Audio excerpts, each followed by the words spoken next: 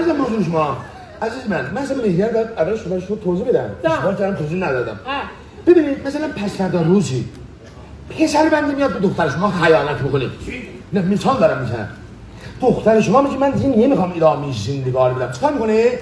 میره دارخواست طلاق میکنه طلاق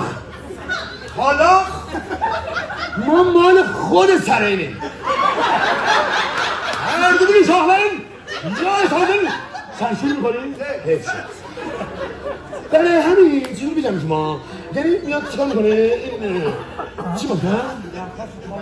دارخواست طلاق میکنه دارخواست طلاق میکنه میره مهرشو میذاره اجرا با پول مهرش میره یه واحد میگیره تو فاز 11 پردیس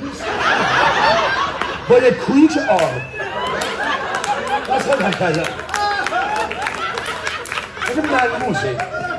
ما نمیخوایم خدا نکرده این اتفاق بیفته ولی عجب بیفته چی؟ برای همین یه پشتوانه میگذاریم در دختر باشه دستور بدید چند تا سکه تقدیم کنید